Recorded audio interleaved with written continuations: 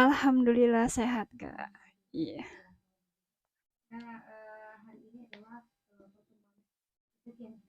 Ya. Ya, di bulan Ramadan ini ya, Kak. Insyaallah.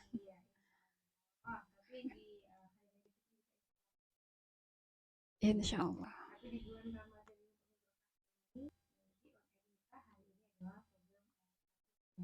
Ya.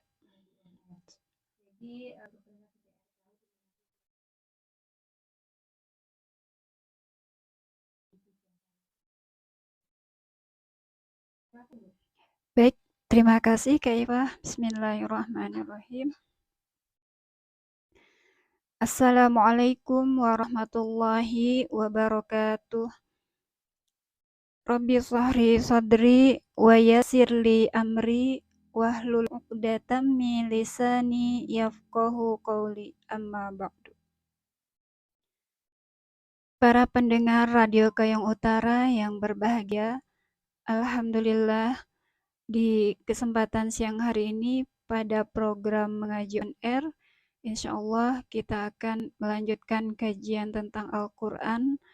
Untuk tema pada siang hari ini yaitu tentang indikasi tadabbur Al-Quran yang efektif. Allah Subhanahu wa Ta'ala berfirman dalam Al-Quran surah Muhammad ayat 24. A'udzu billahi minasy syaithanir rajim. Afala yatadabbarunal Qur'ana am 'ala qulubin aqfaluha. Shadaqallahul azim. Yang artinya, maka apakah mereka tidak mentadaburi Al-Quran, ataukah hati mereka terkunci? Al-Quran surah Muhammad ayat 24. Para pendengar Radio Kayong Utara yang berbahagia, tadabbur Al-Quran adalah upaya menggali pesan-pesan yang tersirat dari setiap kata dan kalimat dari ayat-ayat Al-Quran yang sedang dibaca atau didengar, terutama yang sedang dikaji. Sehingga dengan tadabbur, pembaca Al-Quran merasakan luasnya pesan-pesan atau kandungan Al-Quran bagaikan lautan yang tidak bertepi dan tidak ada habis-habisnya. Pembaca Al-Quran dikatakan benar-benar mentadabburi Al-Quran jika saat membaca Al-Quran, suasana hati dan pikirannya dalam kondisi-kondisi berikut ini. Yang pertama, ketika hatinya hanya bersama Allah Subhanahu wa Ta'ala sebagai sahibul kalam atau pemilik firman, dan terputus dari segala urusan dunia. Yang kedua, hatinya memperhatikan kata demi kata, kalimat demi kalimat dari setiap ayat, bahkan rela mengulang-ulang demi menemukan apa yang tersirat dari ayat yang sedang dibaca. Yang keempat, pikirannya bersih dari target-target tilawah, seperti berapa halaman, juz, dan surat yang telah dibaca. Yang menjadi targetnya hanya pesan-pesan Allah Subhanahu wa Ta'ala dalam ayat Al-Quran yang sedang dibaca. Dan yang terakhir, terjadinya perasaan-perasaan yang positif seperti meningkatnya semangat taat kepada Allah Subhanahu wa Ta'ala, kerinduan terhadap akhirat, berlinangnya air mata, dan lain-lain. Para pendengar Radio Kayong Utara yang dirahmati Allah. Berikut ini kami sampaikan 10 contoh-contoh pembaca Al-Quran yang merasakan efek positif dari tadabbur Al-Quran. Yang pertama, yaitu semakin takut, dekat, dan cinta kepada Allah Subhanahu wa Ta'ala. Seorang sahabat Rasulullah Shallallahu Alaihi Wasallam dikenal sangat rajin membaca surat Al-Ikhlas dalam setiap salatnya, dengan menjadikannya sebagai pembuka atau penutup surat lain yang dibacanya. Sahabat Rasulullah yang lain melaporkannya kepada Rasulullah Shallallahu Alaihi Wasallam karena tidak pernah melihat Rasulullah Shallallahu Alaihi Wasallam melakukannya. Rasulullah Shallallahu Alaihi Wasallam pun memanggilnya untuk dikonfirmasi. Saat ditanya oleh Rasulullah, "Mengapa engkau melakukan hal itu?" Sahabat ini menjawab, "Karena aku mencintainya." Artinya, Al-Ikhlas yang isinya menjelaskan tentang diri Allah Subhanahu wa Ta'ala membuat dirinya semakin mencintai Allah Subhanahu wa Ta'ala. Rasul pun memberi kabar gembira terhadap sahabat tersebut bahwa cintamu terhadap surat tersebut akan memasukkanmu ke dalam syurga Allah Subhanahu wa Ta'ala. Hadis riwayat Tirmizi sahih menurut Imam Albani. Para pendengar yang berbahagia, yang kedua yaitu efek positif dari tadabbur Al-Quran adalah menghasilkan hidayah Allah Subhanahu wa Ta'ala.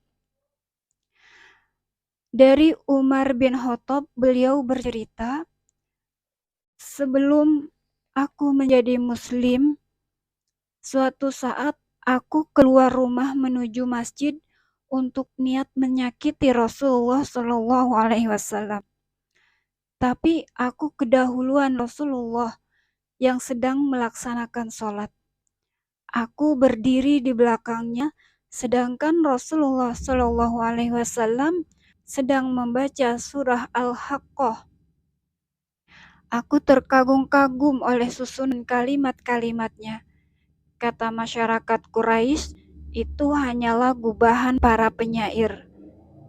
Saat hatiku mengatakan seperti itu, bacaan Rasulullah Shallallahu Alaihi Wasallam sampai pada ayat 40 dan 41 yang artinya, sesungguhnya Al-Quran itu wahyu yang disampaikan oleh utusan Allah, malaikat yang mulia, dan ia bukan perkataan seorang penyair. Sedikit kamu beriman, aku berkata lagi, itu perkataan seorang penyihir. Maka Rasulullah Shallallahu Alaihi Wasallam membaca ayat berikutnya, dan dia bukan perkataan seorang penyihir. Sedikit kamu mengambil pelajaran.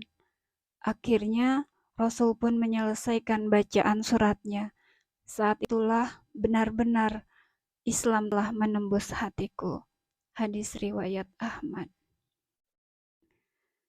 Para pendengar Radio Kayong Utara yang berbahagia, contoh efek positif dari tadabbur Al-Quran yang ketiga yaitu sumber inspirasi. Allah berfirman dalam Al-Quran Surah An-Nisa ayat 115, وَمَنْ يُشَاقِقِ الرَّسُولَ مِنْ بَعْدِ مَا تَبَيَّنَ لَهُ الْهُدَى وَيَتَّبِعْ غَيْرَ سَبِيلِ الْمُؤْمِنِينَ نُوَلِّهِ مَا تَوَلَّى وَنُصْلِهِ جَهَنَّمَ وَسَاءَتْ مَصِيرًا. Yang artinya, dan barang siapa yang menentang Rasul sesudah jelas kebenaran baginya, dan mengikuti jalan yang bukan jalan orang-orang mukmin, kami biarkan ia leluasa terhadap kesesatan yang telah dikuasainya itu, dan kami masukkan ia ke dalam jahanam, dan jahanam itu seburuk-buruk tempat kembali. Al-Quran Surah An-Nisa ayat 115. Para pendengar dimanapun berada, dan mengikuti jalan yang bukan jalan orang-orang mukmin. Dari penggalan ayat ini, Imam Syafi'i terinspirasi bahwa sesuatu yang disepakati oleh kaum muslimin memiliki kekuatan hukum yang harus dipegang teguh, yang kemudian dikenal dengan ijma. Sehingga jika ada sekelompok manusia dari kaum muslimin yang berbeda sendiri atau menyalahi apa yang disepakati oleh kaum muslimin, menjadi tertolak dan dinyatakan sesat. Terbukti Allah Subhanahu wa Ta'ala mengancam mereka dengan neraka. Kami biarkan ia leluasa terhadap kesesatan yang telah dikuasainya itu, dan kami masukkan ia ke dalam jahanam, dan jahanam itu seburuk-buruk tempat kembali. Para pendengar Radio Kayong Utara yang berbahagia, efek positif dari tadabbur Al-Quran yang kita lakukan yang keempat yaitu menghasilkan solusi. Dikisahkan pada zaman tabi'in, seorang pencuri sedang berusaha mencongkel pintu sebuah rumah, sedangkan penghuni di dalamnya sedang tahajud membaca surah Adz-Dzariyat. Sedikit demi sedikit ia berusaha membuka paksa rumah korban. Rupanya selama itu juga si pencuri memperhatikan bacaan yang sang penghuni rumah dengan hati yang hidup. Maka ketika sampai pada ayat wa fis samaa'i rizqukum wa ma tu'adun fawarrib bis samaa'i wal ardi innahu lahaqqum mithla ma annakum tantiqun, yang artinya dan di langit terdapat sebab-sebab rezekimu, dan terdapat pula apa yang dijanjikan kepadamu. Maka demi Tuhan langit dan bumi, sesungguhnya yang dijanjikan itu adalah benar-benar akan terjadi, seperti perkataan yang kamu ucapkan. Al-Quran Surah Adz-Dzariyat ayat 22-23. Para pendengar, entah